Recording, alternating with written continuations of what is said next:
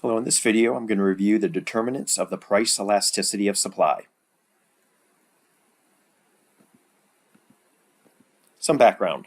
The price elasticity of supply measures how responsive quantity supplied is to changes in the price. This video will discuss the determinants of the price elasticity of supply. Elastic supply is the case where sellers are very responsive to price changes. A small increase in price will cause sellers to produce and sell a lot more of the product. Whereas inelastic supply is the case where sellers are not very price responsive. A very large increase in price brings about only a tiny increase in how much output sellers want to produce and sell. So let's start with inventories and storage possibilities. If it is easy for firms to hold inventories and store products, supply will be more elastic. Firms can respond to an increase in market price by not only producing more, but by selling inventory, making supply more elastic. Firms can respond to a decrease in market price by putting more goods into inventory, leading to a larger reduction in quantity supplied. The cost of holding inventory is going to be a major factor here. If it's more costly to hold inventory, firms will, all else being equal, hold less of it. Also dealing with perishable goods like bananas, these can't be stored for long periods of time. All right, number 2, production possibilities and availability of variable inputs. Products in which it is not very costly or difficult to expand production will have more elastic supply. Silicon is produced from sand, an abundant variable input, at a very small and approximately constant opportunity cost, so this is going to have elastic supply. Producing hotel rooms in a city, likely to be more inelastic.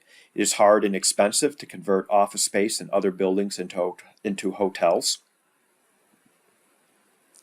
The supply of airline travel is inelastic if it is difficult for airlines to find more pilots and airplanes.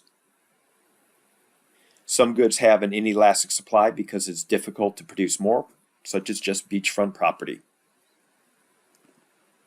Industry capacity. If businesses are operating around the clock, producing at capacity, it is difficult for them to produce more, so supply is more inelastic.